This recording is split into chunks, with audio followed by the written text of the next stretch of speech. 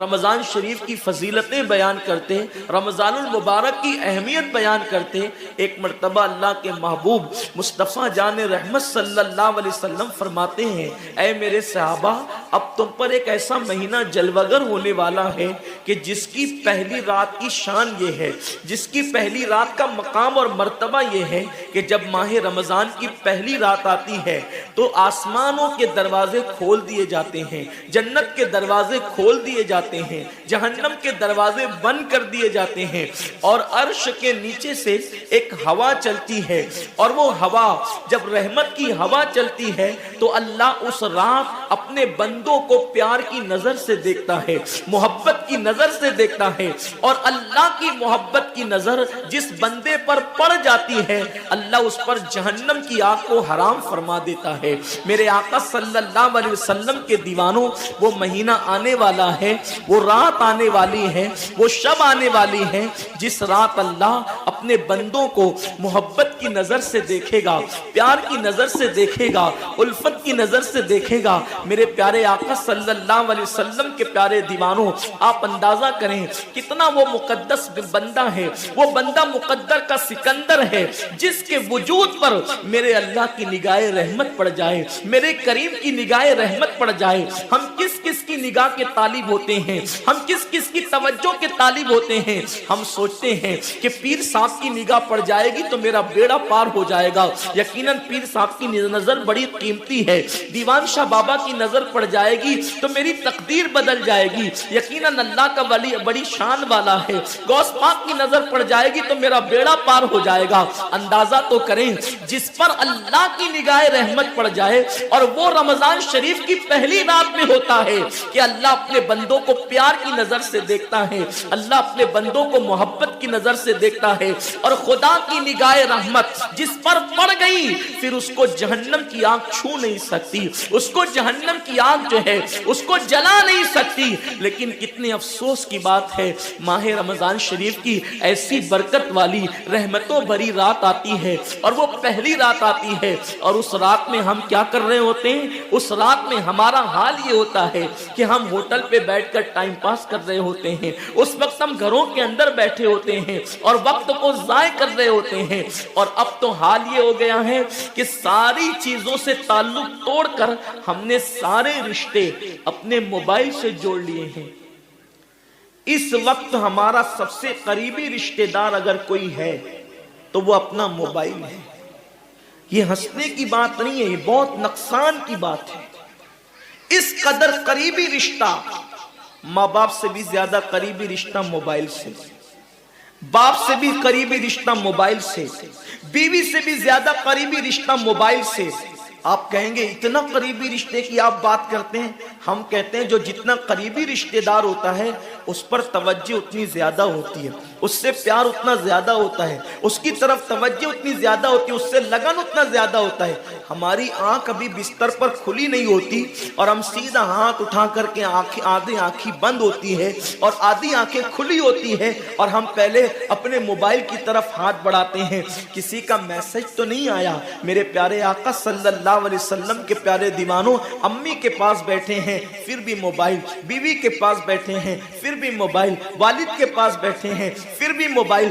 حد تو یہ ہے کہ مسجدوں کے اندر بیٹھے ہیں پھر بھی موبائل۔ یقیناً اگر کام کے میسیجز ہو اور اگر کام اور ضروری چیز ہو، ٹائم دیکھنا ہو تو آپ یقیناً موبائل کو ہاتھ میں لیں، موبائل کوئی بری چیز نہیں ہے۔ لیکن انسان کتنا ڈوب گیا، عبادت کا سارا وقت انسان اپنے موبائل پر ضائع کرتا ہے۔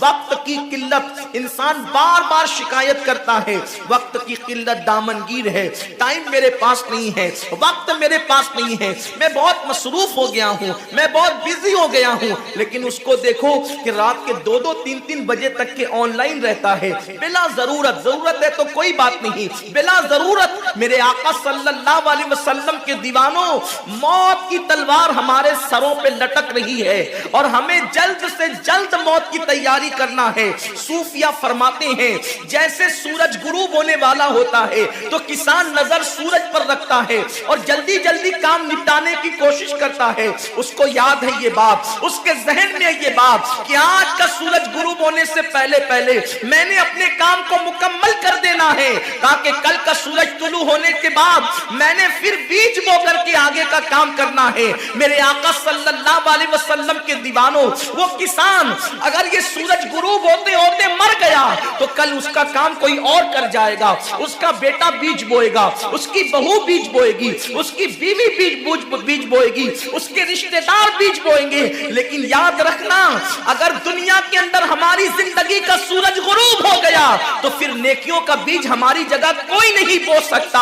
اللہ رب العزت نے کبھی ماہ رمضان کی شکل میں، کبھی شب برات کی شکل میں، کبھی شب قدر کی شکل میں، کبھی اللہ اکبر ماہ شعبان کی شکل میں، کبھی لیلۃ البراء کی شکل میں، کبھی شب معراج کی شکل میں، کبھی لیلۃ الجمعہ کی شکل میں یہ حسین قیمتی لمحات ہمیں اس لیے عطا فرمائے ہیں کہ میرے بندے اگر تو گناہوں کے اندر ڈوب گیا ہے یہ مخصوص راتیں تجھے دے رہا ہوں، مخصوص دن تجھے دے رہا ہوں، ان راتوں میں میری عبادت کر لے، ان دنوں میں میری عبادت کر کے مجھے راضی کر لے تاکہ میں تیری مغفرت کر دوں۔ اور پھر رمضان شریف کی تو بات ہی جدا ہے۔ ماہ رمضان تمام مہینوں کا سردار ہے۔ میرے آقا مصطفیٰ کریم رؤوف الرحیم صلی اللہ علیہ وسلم فرماتے ہیں ماہ رمضان کو سارے مہینوں پر ایسی فضیلت ہے جیسے مجھ محمد کو تمام مخلوق پر فضیلت حاصل ہے۔ میرے آقا فرماتے ہیں ماہ رمضان شریف میں اگر تم ایک نیکی کرتے ہو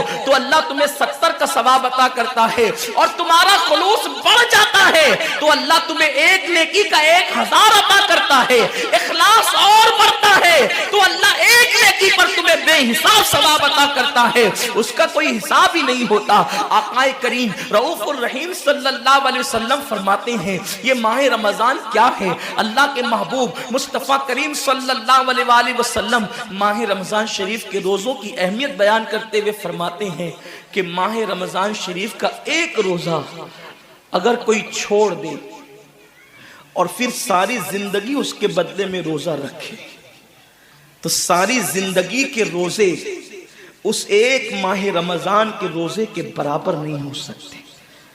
یہ ماہ رمضان شریف کے روزے کو فضیلت حاصل ہے، اور اللہ کے حبیب صلی اللہ علیہ وسلم فرماتے ہیں جو ماہ رمضان شریف میں عبادت کر کے اپنی بخشش نہیں کروا سکتا، اپنی مغفرت نہیں کروا سکتا، پھر اس کو کبھی موقع نہیں ملتا کہ وہ اپنی مغفرت کا سامان کرے۔ آقا کریم صلی اللہ علیہ وآلہ وسلم فرماتے ہیں کہ سال بھر تک ماہ رمضان شریف کے لیے جنت کو آراستہ کیا جاتا ہے، جنت کو سجایا جاتا ہے، جنت کو سنوارا جاتا ہے، اور آقا کریم صلی اللہ علیہ وسلم فرماتے ہیں بڑی بڑی آنکھ والی حوریں اللہ کی بارگاہ میں عرض کرتی ہے میرے کریم ہمیں ان کی دلہن بنانا جو ماہ رمضان شریف میں تیری عبادت کرتے ہیں، ہمیں ان کے نکاح میں دینا جو ماہ رمضان شریف کی راتوں کو جگ کر کے تجھے منانے کی کوشش کرتے ہیں۔ آقا کریم صلی اللہ علیہ وسلم فرماتے ہیں اگر کوئی بندہ ماہ رمضان میں زنا سے بچے، شراب سے بچے، جھوٹ سے بچے، کسی کو تہمت لگانے سے بچے، اور ماہ رمضان شریف کا احترام کرتے ہوئے گناہوں سے بچے تو اللہ تبارک و تعالی ہر رات کے بدلے، رمضان شریف کی ہر رات کے بدلے 100 حوروں کے ساتھ اس کا نکاح فرمائے گا۔ یعنی 30 راتیں ہیں تو 100 حوروں کے ساتھ اس کا نکاح ہوگا۔ اور آقا کریم صلی اللہ علیہ وسلم فرماتے ہیں ماہ رمضان شریف کا احترام جو کرے اور احترام ماہ رمضان میں جو لغویات اور خرافات کو ترک کر دے، جو گناہوں کو چھوڑ دے، زنا کو، شراب کو، جھوٹ کو، بہتان تراشی کو چھوڑ دے، آقا فرماتے ہیں اس رمضان شریف کا احترام کرنے والے کے لیے اللہ نے جنت میں ایک ایسا محل بنایا ہے، اس محل کا حال یہ ہے کہ دنیا کے سارے اولین اور آخرین یعنی آدم سے لے کر آخری آنے والے تک انسان انسان تک اگر سارے اس محل کے اندر داخل ہو جائے تو بھی اس محل کی اتنی ہی جگہ وہ لیں گے جتنی کی بکرے کی ران آپ کسی مکان کے اندر رکھتے ہیں تو بکرے کی ران کتنی جگہ گھیرتی ہے، بس تمام اولین اور آخرین اس محل کے اندر اتنی ہی جگہ گھیریں گے، یعنی وہ محل اتنا بڑا اللہ نے بنایا ہے اور وہ محل صرف ان کے لیے ہے جو ماہ رمضان کے احترام میں گناہوں کو ترک کر دیتے ہیں، گناہوں کو چھوڑ دیتے ہیں۔ میرے آقا صلی اللہ علیہ وسلم کے پیارے دیوانوں، لیکن افسوس ہم اور دنوں کی طرح ماہ رمضان شریف کی راتوں کو ضائع کر دیتے ہیں۔ تاجروں کا سیزن آتا ہے تو تاجر پہلے سے تیاری کرتے ہیں کہ اس سیزن کے اندر میں نے مالدار بننا ہے، اتنا مال میں نے کمانا ہے کہ پھر میں نے سارے سال گھر میں بیٹھ کر کے کھانا ہے۔